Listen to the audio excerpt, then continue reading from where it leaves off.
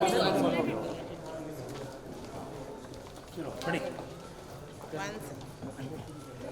दरवाजा बंद है भाई, देख के आसिम फोटो ही करेंगे। आसिम एक दरवाजा बंद है।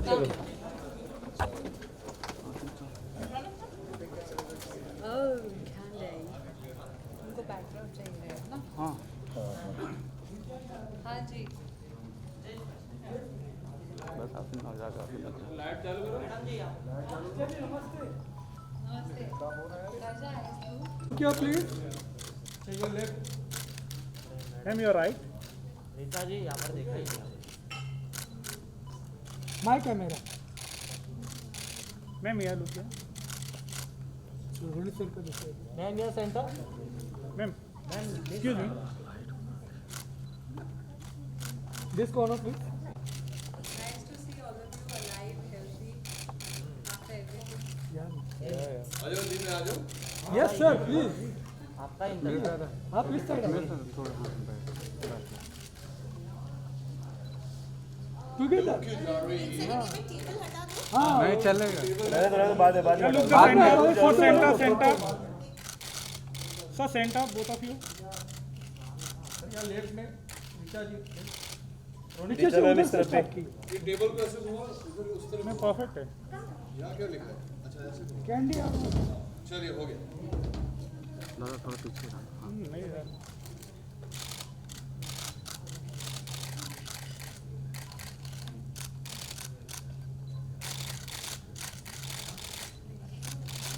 एक काम करो इसको हटाओ।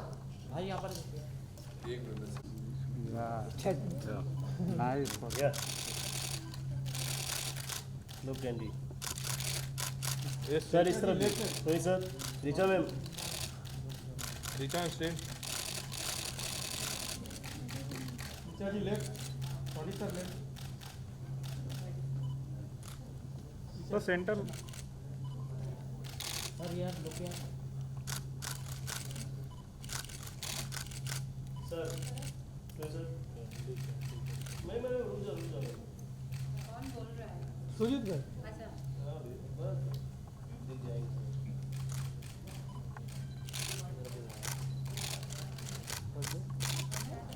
या सर आपका सिंगल टेबल में ना 2 मिनट था हाँ हाँ हाँ टेबल गाड़ी पे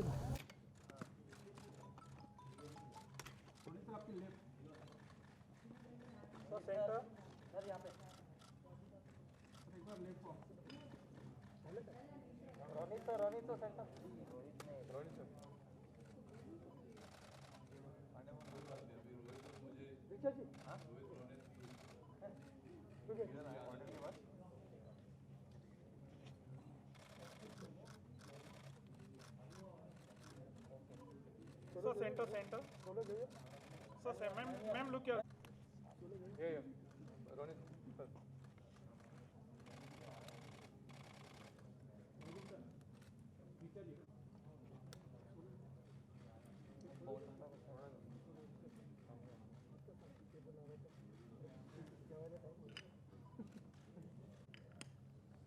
एक ऋचा जी का सोलो पर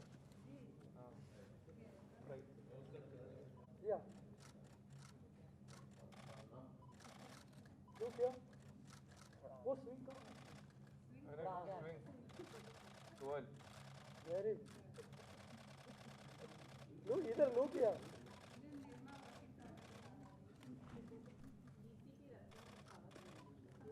done thank you sir Yes. Who has questions? Good to see you Good to see you. आपको जिंदा देखकर तंदुरुस्त देखकर जी बिल्कुल। You know the trailer is amazing Thank और you. जब आप दोनों की मैं जब बात करता हूँ बहुत चुनिंदा फिल्में करते हैं बहुत चूजी हैं फिल्मों को लेकर मुझे दोनों के बारे में ऐसा लगता है क्या खास ऐसा लगा अरे शांत हो जाए यार Richa you said yes to the project But actually, I really like the script. मुझे लगा स्क्रिप्ट में बहुत सारे लेयर्स हैं और उसमें कुछ ऐसी चीज़ें हैं जो हम सबकी जैसे इंडियंस हो के कलेक्टिव मेमोरी में कुछ चीज़ें होती हैं। कोई कहानी सुनाता है, दादी माँ बताती हैं कि जंगल में रात को किसी को लिफ्ट मत देना, अगर एक औरत खड़ी होगी सफ़ेद साड़ी में तो पीछे मुड़ के मत देखना। उस तरह की जो बातें हैं वो हम सब ने बचपन से लेकर अभी तक सुनी है।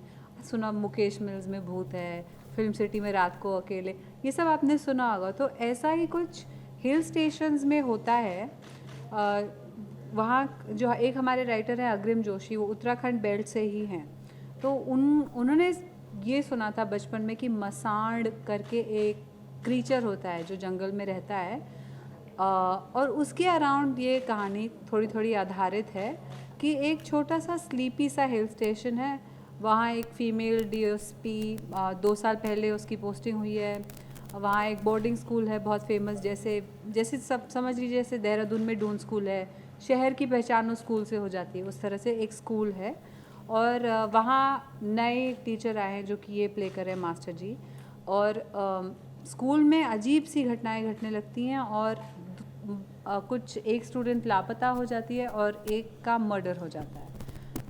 अब जो डीएसपी है वो बाहर से आई, वो इन्वेस्टिगेट करना चाहती है कि ये मर्डर किसने किया, पर उसके पास ना अपने कांस्टेबल्स का सपोर्ट है ना ही शहर वालों का, जिनको लगता है कि ये उसी क्रीचर, उसी भूत, उसी हैवान का काम है। अब शो का ट्विस्ट ये है कि हम जानना चाहते हैं कि मर्डर किसने किए, और लगातार होती जाती हैं घटनाएं अजीब सी, थोड़ी सी भयावह। कोई कहता है कि मैंने देखा राक्षस, उसकी आंखें लाल थी, तो सब लोग हंसने लगते हैं, और कुछ लोगों को इसमें विश्वास होता है, जैसा कि होता है, कुछ लोग मानते हैं, कुछ लोग नहीं मानते हैं। The crux of the show is that only कि ये किसी भूत का काम है या किसी इंसान का काम है जो कि बहुत मास्टरमाइंड है, और उसमें एक ड्रग रैकेट का एक जो पृष्ठभूमि है वो वैसी है कि बच्चों को जो टॉफ़ीज़ दी जाती हैं उसमें कुछ मिलावट करके मिल रही है, जिसमें इनका बहुत कंसर्न है, क्योंकि वो जी जो वही पढ़ाते हैं। सर आप सर हाँ आप क्या कहना हैं? किस बारे में? जैसे मैंने कहा कि बहुत इंपॉर्टेंट होता है कोई भी आप प्रोजेक्ट चुनते हैं, बड़े चुनिंदा प्रोजेक्ट। जी अच्छा हाँ what special about candy? Sorry, मैं इनकी बातों पे ध्यान दे रहा था, आपका प्रश्न भूल गया। सो एक कि जब OTT आरंभ हुआ इंडिया में, तो it was already present all over the world. Netflix, Amazon ये आ चुके थे यहाँ, और जब मैं उनके शोज़ देखता था तो उनके शोज़ और हमारे शोज़ में एक छोटा सा एक फ़र्क मैंने पाया कि हमारे शोज़ में एक हीरो, हीरोइन और एक विलन ऐसे, और बाकी खूब सारे हेंचमैन होते थे। फिर हमने प्रोग्रेस किया, वी स्टार्टेड सीइंग, मैंने एक शो किया था हॉस्टेजेस, जो एंसेम्बल शो था, दिल्ली क्राइम, मिर्ज़ापुर, ऐसे शोज़ आने लगे। फिर भी मुझे कुछ ऐसा लगा कि कुछ कोई एक चीज़ मिसिंग है। तो जब मैंने कैंडी की स्क्रिप्ट पढ़ी तो तब वो अंदर से एक आवाज़ आती ना, हाँ दैट्स द वन। कैंडी एक ऐसा शो है जहाँ कोई हीरो नहीं है, कोई हीरोइन नहीं है, कोई विलन नहीं है, जितने कैरेक्टर हैं, it's an ensemble show. I am proud to be headlining this show with Richa Bhatt. All the characters, जितने किरदार हैं, जितने पात्र हैं इस शो में, सबके अंदर एक हीरो भी है, एक विलन भी है, जैसा कि हम सब में है। There is a good side, there is a bad side, there is a inner struggle कि हम वो गुड साइड को लेकर अपने ही बैड साइड से लड़ते रहते हैं, और उस पर कंट्रोल पाने की, उस पर काबू पाने की, कभी कभी वो बैड साइड गुड साइड पर हावी हो जाता है। तो हर पात्र जो हमारी कहानी का है वो इसी तरह का है।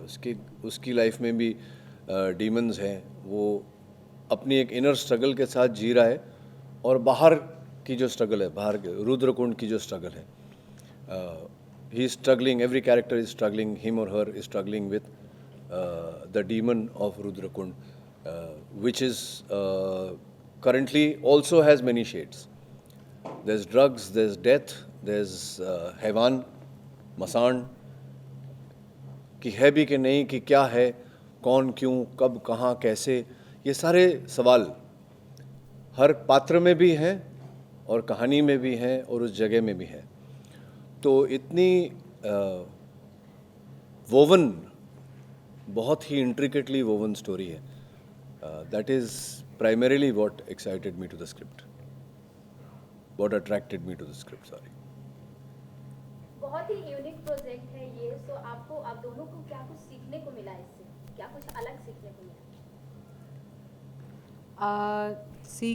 सीखने को क्या मिला, मतलब बहुत सारी चीज़ें सीखने को मिली। किस किस डिपार्टमेंट में? What is the most challenging part while working on this project? Challenging part तो यही था कि बहुत सर्दी थी और बिना ठिठुरे अपनी लाइंस बोलना बहुत चैलेंजिंग होता है। इन्होंने बहुत थिक बर्फ़ में शूट किया, जो आपने ट्रेलर में शॉट देखा होगा। हम सब की शूटिंग के दौरान कभी होठ नीले हो जाते थे, कभी नाखून नीले हो जाते थे, तो it was very challenging. The physical conditions of the shoot were very challenging. हम बहुत सुंदर बेल्ट में शूट कर रहे थे, पर इसका मतलब ये भी था कभी कभी हमारे सेट पे तेंदुए आते थे जैसे कि फिल्म सिटी में आते हैं। और बेसिकली बहुत ठंड, बहुत कोहरा, फिज़िकल चैलेंजेस तो ये थे। और वाइल वर्किंग जो चैलेंजेस थे वो ये थे कि बहुत सारे लेयर्स हैं स्क्रिप्ट में। आप ऊपरी तरफ पे इसको देखेंगे तो लगेगा कि मर्डर मिस्ट्री है, ध्यान से देखेंगे तो लगेगा कि क्या ये फादर फिगर्स को एक्सप्लोर कर रही है स्टोरी, या ये पेरेंटिंग को एक्सप्लोर कर रही है। उस तरह की चीज़ें जिनसे हम सबका वास्ता पड़ता है लाइफ में, in our families, in our homes. कहीं ऐसी दुविधा कि जैसे मैं अपने कैरेक्टर की बात करूं तो वो डीएसपी है, वो फीमेल है। ज़रूरी नहीं है उसके थाने का हर आदमी जो कांस्टेबल हो या उससे बिलो रैंक में हो वो उसकी बात माने आराम से, तो उसको कभी कभी चिल्लाना पड़ता है। ज़रूरी नहीं है कि उसके गांव वाले उसको सपोर्ट करें, क्योंकि उनको लगता है भूत का काम है, मर्डर कैसे इन्वेस्टिगेट करेगी ये लड़की। और उसमें ये है कि मुझे लोकल नेता से भी बना के रखनी है, वरना मेरी दोबारा ट्रांसफ़र हो जाएगी, पर मुझे अपना काम भी करना है। तो every character is dealing with many things.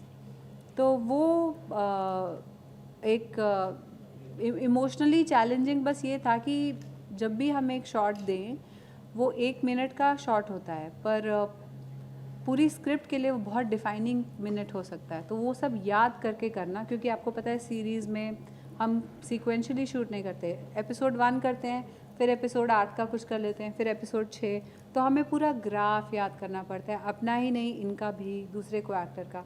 तो that is quite challenging. Sir आपका? तो मेरा जो संघर्ष है that started from day one, I think, because I saw a lot of potential in the script and in my character. तो मैंने जब अपना पात्र पढ़ा तो मैंने जो लेखक हैं हमारे शो के, मैंने उनसे कहा कि वो कहीं ना कहीं अपने ही पाँव पर कुल्हाड़ी मारने वाली बात कर ली मैंने लगा थोड़ा और इसको डार्क हमें बनाना चाहिए। कुछ जो ट्रेट्स थे कैरेक्टर के, वो ऐसे ट्रेट्स थे जो मैं पहले कर चुका हूँ और वो फिट नहीं हो रहे थे मेरे अनुसार। कुछ ऐसे ट्रेट्स थे जो थे नहीं उस समय कैरेक्टर में। तो हमें लगे कुछ 15-20 दिन लगे, हम लोग बैठे रोज़ सोचा कि क्या कहाँ ले जाया जाए इस कैरेक्टर को। और फिर हमने कुछ निकाला कैरेक्टर में से और कुछ डाला, तो बहुत ही कैरेक्टर जा कर के बहुत ही कॉम्प्लेक्स हो गया। जैसा कि मैंने कहा कि हर कैरेक्टर की इस शो में हर कैरेक्टर की एक अंदरूनी स्ट्रगल है, पर ख़ास करके जयंत पारेख जो मेरे कैरेक्टर का नाम है, उसकी बेटी ड्रग्स ओवरडोज के कारण अपनी जान ले लेती है। उसकी पत्नी इसको सहन ही नहीं कर पाई है। दोनों, जयंत और उसकी पत्नी, both are suffering from post trauma because of that incident. PTSD जो है वो बहुत ही एक mental illness, PTSD, it's a very difficult for a normal person to. और मैं बड़ा खुश मिजाज बंदा हूँ, तो मेरे लिए पहले पीटीएसडी को समझना और उसको इस तरह से प्ले करना कि ऑडियंस भी समझे। तो जैसे कि मैंने कहा था, जयंत पारेख अपने पर्सनल लेवल पे, अपने फैमिली लेवल पे तो वो डील कर ही रहा था। अब अपनी पत्नी को लेकर वो जाते हैं पहाड़ों में, सोचकर कि कहीं ना कहीं राहत मिलेगी, जिस समय से हम गुज़र रहे हैं और जो मानसिक स्थिति है हमारी, उससे राहत मिलेगी तो वो जा कर के वहाँ एग्रीवेट हो जाता है। जो घाव भरने चाहिए थे वो ताज़ा हो जाते हैं और उसके ऊपर नए घाव लग जाते हैं बारी बारी एज द स्टोरी प्रोग्रेसेस। तो फिर जैसे कि मैंने बताया आप सबको कि हर कैरेक्टर, वो चाहे डीसीपी रत्ना संखावर हो, जो वो जब पुलिस वुमन वर्दी में महिला, इनके अपने चैलेंजेस हैं। तो ऑब्वियसली जिस तरह से ये मास्टर जी से बात करती हैं तो वो एक अलग मास्टर जी को समझ में नहीं आ रहा कि मैं तो आपके लिए अच्छा करने की कोशिश कर रहा हूँ, आप क्यों इस तरह से मुझे बात कर रही हैं। तो जो कैरेक्टर के साथ बाकी भी जो कैरेक्टर्स हैं उनके साथ जो डायनामिक्स हैं, तो एक नॉर्मल मीट्स नॉर्मल के डायनामिक्स अलग होते हैं, and complications meet more complications, उसके डायनामिक्स बड़े चैलेंजिंग हो जाते हैं। Now something out of the box, सब कुछ खुल रहा है, हम normal out of the box, हमारा शो ही out of the box. Yes, no doubt about it sir, even the trailer is so impressive. Thank you. हम अब नॉर्मलसी की तरफ लौट रहे हैं और आप दोनों एक दिग्गज आर्टिस्ट हैं। आपको नहीं लगता कि अब महाराष्ट्र में भी कहीं सिनेमा खुलना चाहिए, उसका प्रोसेस चालू होना चाहिए, जिस तरह से बाकी हिंदुस्तान में बाकी जगहों पे सिनेमा खुल रहा है और सिनेमा में देखने का अलग ही मजा होता है। सही कह रहे हैं आप, सही कह रहे हैं। ये महामारी से सभी लोग पीड़ित हुए हैं, कोई ज़्यादा हद तक, कोई कम, but somewhere we have to take it in a stride, we have to come back to if not normal, near normal भी नहीं तो कहीं ना कहीं इसे साथ में ले करके किस तरह से, हर पेंडेमिक में ऐसा होता है। तो जब से पेनिसिलिन बना तब से पेंडेमिक आ ही रहे हैं, and people have learn to live with it, और मुझे पूरा विश्वास है कि हम भी ऐसा करेंगे। और मुझे भी ऐसा लगता है कि आपकी बात बिल्कुल सही है, थिएटर्स खुलने चाहिए, लेकिन थिएटर्स महाराष्ट्र में नहीं खुल रहे हैं। इसका कारण क्या है? हम सब जानते हैं that Maharashtra is the most afflicted state. Corona की बात की जाए तो maximum number of cases and the fastest spreading has happened in Maharashtra. हो सकता है इसको मद्देनज़र रखते हुए प्रशासन कुछ स्टेप्स ले रहा है, हो सकता है वो इस समय जिस हम बात कर रहे हैं और वो सोच भी रहे हैं खोलने का। So this is something that the people in the good offices, you know, administrative offices, political offices, the medical offices, मुझे लगता है ये जॉइंट डिसीजन उनका होगा। और अगर उन्होंने सोचा है कि हिंदुस्तान के अन्य शहरों में जब खुल गए हैं हम ना खोलें, तो उसकी वजह कोई होगी, ठोस वजह होगी, जिसकी जानकारी हमें एज कॉमन सिटीजन्स नहीं है। But I think by and by we'll get there. क्या? हाँ, इम्पोर्टेंट, देखिए कम इकोनॉमिकली जब हम बात करते हैं, फाइनेंशियली हम बात करते हैं, तो बहुत अहम मायने रखता है महाराष्ट्र के थिएटर खुलना। जी। हालांकि और भी टेरिटरी देखिए, फिल्म इंडस्ट्री के लिए सबसे ज़रूरी है महाराष्ट्र की कलेक्शन, हिंदी फिल्म इंडस्ट्री के लिए मैं मानती हूँ। पर मैं ये भी जानती हूँ कि जब सेकेंड वेव की पीक थी तो आपको ट्विटर, इंस्टाग्राम पे जो मैसेजेस आ रहे थे ऑक्सीजन की कमी, बेड्स की कमी, उनमें से शायद ही कुछ मुंबई, महाराष्ट्र से आए हों।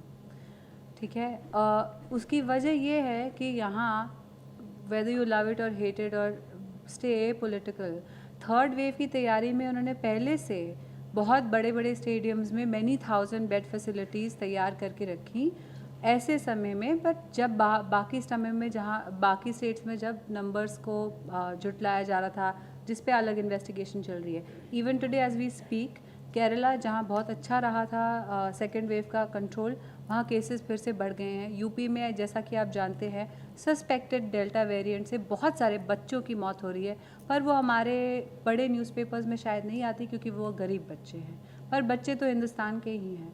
यूपी से महाराष्ट्र आने के लिए आपको वीज़ा नहीं लगता, अलग पासपोर्ट नहीं लगता, तो जाहिर सी बात है जब लोग इसी देश में ट्रैवल करेंगे तो केसेस बढ़ेंगे। इसलिए ये सोच के अगर उन्होंने क्लोज स्पेसेस में कुछ बंद करके रखा है तो मैं समझ सकती हूँ उनकी वजह, उनकी मजबूरी। उनको भी मज़ा नहीं आ रहा होगा, they must be bleeding financially. फिल्में चलती हैं तो पूरा एक इकोसिस्टम, एक पूरी इकोनॉमी चलती है। पर क्रिएटिवली सोचना चाहिए। मुझे लगता है कि अहमदाबाद में एक ड्राइव इन थिएटर है, दिल्ली में एक ओपन एयर थिएटर हुआ करता था फलकनुमा, वहाँ बहुत खूबसूरत फिल्में चलती थी, बहुत बड़ा सा एम्फी थिएटर था।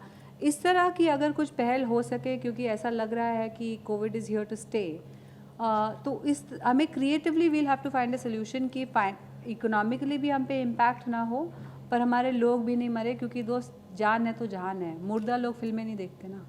Last question please. हम थ्रू। अरे नो यार, एक क्वेश्चन तो पूछो यार, ये गलत बात है यार। Overall experience with each other. Mind blowing. इसने किससे क्या सीखा? मैंने इनसे सीखी इंटेंसिटी, ये काफ़ी अरे यार, रहते तो हैं आप सेट पे तो an actor of your caliber saying things like that. It's nice. मैं तो Thank हद you, से man. गिनती Thank कर you, लेती thank हूँ, you. मतलब बहुत I learn a lot, so good experience. पर बाकी आप लोग भी Thank ध्यान you. रखिए, बहुत भीड़ वाली जगहों में जाते हैं हाँ, प्लीज़, बहुत अजीब समय चल रहा है, लाइफ का कोई भरोसा नहीं है। Take care of yourself, yeah, even after vaccination, really please. take care of yourself. Okay, done? मैं हाँ, आऊँ? हाँ दोनों की आइए ना। आइए रीचा जी।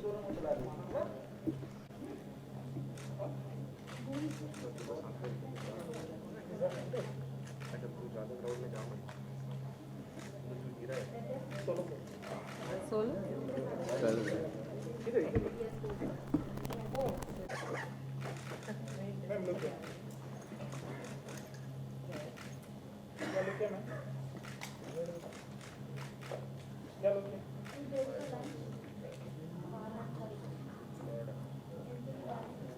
Thank you guys, thank you. Done.